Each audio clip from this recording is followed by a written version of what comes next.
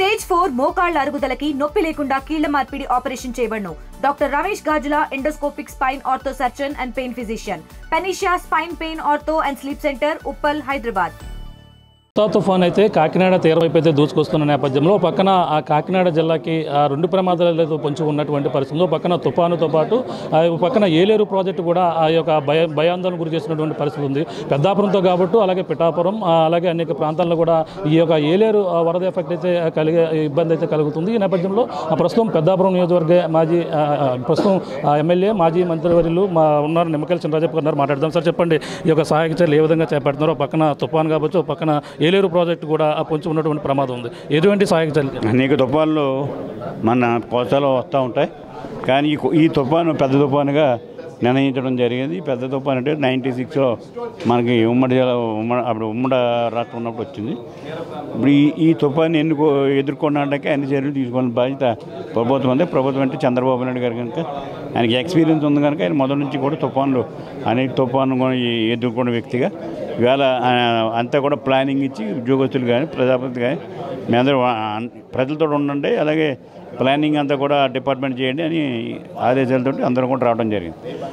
మనకి ఇక్కడికి వచ్చేటప్పటికి తుఫాన్ ఎఫెక్ట్ అయితే గాలి దూరితోటి ఎక్కువ ప్రెషర్ వస్తుందని చెప్తున్నారు. అలాగే ఇప్పుడు ఇక్కడ మనకైతే ఈ కాలంలో అయితే ఏలేరు ప్రాజెక్ట్ ఉంది. ప్రాజెక్ట్ నుంచి నీరు ఎక్కువగా ఫ్లో అవుతుంది. దాంట్లో ఇప్పుడు మనం ప్లానింగ్ తోటి ఒకేసారి వదలకుండా తక్కువ వదలమని చెప్పి కరెక్ట్గా ఆదేశాల ప్రకారం చదివితే ఇప్పుడు 3000 వదిలేరు. 3000 వదిలితే ఇప్పటికే ఫుల్ అయ్యింది. అంటే మనం 8000 వరకు బాధ 8000 దాటితే మాత్రం గట్టులకి తెగిపోయి మంతులు కూడా కొట్టుకుపోయి పరిస్థితి ఏరియకి వస్తుంది. అంటే జాగ్రత్తగా మీరు కొద్దిగా వదిలి ఇబ్బంది లేకుండా చూడాలని చెప్పి కూడా చెప్పడం జరిగింది. అలాగే ఈ సముద్ర తీర ప్రాంత గ్రామాల్లో కూడా ఇలా తుఫాను వచ్చినప్పుడు ఇలా గ్రామాల్లో ఇల్లు వదిలిపెట్టి రారు. ఎందుకంటే ఎంత చెప్పినా ప్రభుత్వం ఎంత చెప్పినా క్యాంపులు పెట్టినా అలా అక్కడికే పోతూ ఉంటారు. ఇప్పుడు అది కూడా పగడబంది చేయండి. ఎందుకంటే ఇది వరకు బలుతెప్ప భైరవపాలెంలో గత 96 తుఫాన్లో వచ్చినప్పుడు 1400 మంది చనిపోవడం జరిగింది. అలాంటి ప్రాణ నష్టంగా జరగకుండా చూడమని చెప్పి అది కూడా మీటింగ్లో చెప్పడం జరిగింది. అలాగే మన ప్లానింగ్ అంతా కూడా ఇవాళ ఎక్కడ ఇబ్బంది లేకుండా చూసుకునే బాధ్యత ఈ అధికారుల మీద ఉంది. అధికారులు పూర్తిగా కలెక్టర్ గారు కోఆర్డినేట్ చేసి వీళ్ళు ఎప్పటికప్పుడు సమాచారాన్ని కింద స్థాయికి అందించి కింద స్థాయి సమాచారం మనం తెచ్చుకుని దాన్ని బట్టి లాగా. అంటే గతంలో ఏలేరు ప్రాజెక్ట్ చూసుకుంటే గండ్లు పడినటువంటి పరిస్థితులు పెద్దాపురం నియోజకవర్గం కాంట్రాకోట కావచ్చు ఈ యొక్క ప్రాంతాల్లో ఉన్నాయి. అవన్నీ కూడా సంసిద్ధమైంది. ఇప్పుడు కూడా నేను చెప్పాను, చాలా గడ్డు పడిపోయినాయి. మన తుఫాను వచ్చినప్పుడు గడ్డు పడి వంతులు కొట్టుకుపోయినాయి. ఒక వంతుని మాత్రం చేంజ్కి అడిగాను, వంతు ₹1 పెట్టి వంతుని బాగు చేయించాను. గొడ్డు పూజ చేయించలేకపోయాను. ఇప్పుడు మళ్ళీ 10 రోజు ఈ గడ్డులో ఏదైతే గొడ్డు పడ్డాయో ఆ గడ్డు ద్వారా మళ్ళీ నీరు వచ్చే పరిస్థితి ఉంది. అది కూడా చెప్పాను, దాన్ని కూడా మనం ఎదుర్కోవాలని చెప్పడం జరిగింది మీటింగ్లో. ఏదేమైనా కొంచెం ఈ గళ్ళు కప్పెట్టలేకపోవడం వల్ల మనకి ఇబ్బంది కూడా ఉంది. దాని ఫ్లో ఎంత ఉండదో చూడాలి. ఎక్కువ వస్తే ఇబ్బంది పడవలసి వస్తే మామూలుగా అయితే బాగా. అంటే రైతులకు ఎటువంటి సూచనలు చేస్తున్నారు మీరు? రైతులు రైతులు పండించారు, పంట పండించేసారు, పంట పండేసింది.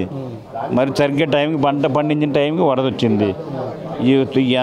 మినిమం చేసుకోవాలి. ఎందుకంటే ఎక్కువ నీరు వచ్చిపోయి మునిగిపోటీ వర్షాలు కురిచి మునిగిపోతే మాత్రం రైతుకి పెద్ద నష్టం జరుగుతుంది. దానికి ప్రభుత్వం కూడా ఏం చేయాలి, ఎలా చేయాలి ఆదుకుంటాం. మనం ఏంటంటే భగవంతుని కోరుకునేది ఏంటంటే ఇప్పుడు రావద్దు, పంటలు పండి బాగా చేయని, కొంచెం రాకపోతే బాగుంటుందని చెప్పి మేము అనుకుంటాం. ఇది పరిస్థితి. ప్రస్తుతం ఏదైతే తుఫాను పొంచి ఉన్నదో అన్ని విధాలుగా కూడా ఎదుర్కొనేందుకు అధికార యంత్రాంగంతో పాటు మొత్తం అంతా కూడా సంసిద్ధంగా ఉంది. గతంలో హుదూద్ తుఫాను లాంటి ఎదుర్కొన్నటువంటి అనుభవం ఉన్నటువంటి నారా చంద్రబాబు నాయుడు గారి ఆధ్వర్యంలో మళ్ళీ ఈ యొక్క తుఫాను ఎదుర్కొనేందుకు అధికారులతో పాటు నాయకులు కూడా మేమంతా కూడా ఎనీ టైం అయితే అందరూ కూడా సిద్ధంగా ఉంటాం. అలాగే ఏలేరు కూడా దానికి సంబంధించినటువంటి దాని యొక్క ఇప్పుడు ఏదైతే ఫ్లో వస్తుందో ఆ ఫ్లోను కూడా మొత్తం కంట్రోల్ చేసి ఆ యొక్క పంట నష్టం కలగకుండా గతంలో గండ్లు పూడ్చే ప్రక్రియ కూడా సకాలంలో కూడా చేసినప్పుడు ఇప్పుడు ఎటువంటి నష్టం కాకుండా దాన్ని కంట్రోల్ చేసుకుంటూ ఏలేరు వరదను కూడా కంట్రోల్ చేస్తూ రైతులకు ఎటువంటి నష్టం కలగకుండా ఒకవేళ నష్టం వస్తే మాత్రం అన్ని విధాలుగా ఆదుకునేందుకు కూటమి ప్రభుత్వం సంసిద్ధంగా ఉందని అలాగే మాజీ హోంమంత్రి నిమ్మకాయల చినరాజప్ప గారు చెప్తున్నటువంటి పరిస్థితి ప్రధానంగా ఉందని చెప్పాలి. ఇది కూడా తాజా పరిస్థితి. కెమెరా అనిల్తో ప్రకాష్, RTV, కాకినాడ నుంచి. తెలుగులో ఫాస్టెస్ట్ న్యూస్ ఇప్పుడు కొత్త అవతారంలో 5 సెకండ్లోనే పూర్తి వార్తా సమాచారం మీ చేతిలో. సోషల్ మీడియా ట్రెండ్స్ మీ కళ్ళ ముందుకే live TV and voice search ఆప్షన్స్తో ఇప్పుడే డౌన్లోడ్ చేయండి. యాప్ లింక్ డిస్క్రిప్షన్లో ఉంది.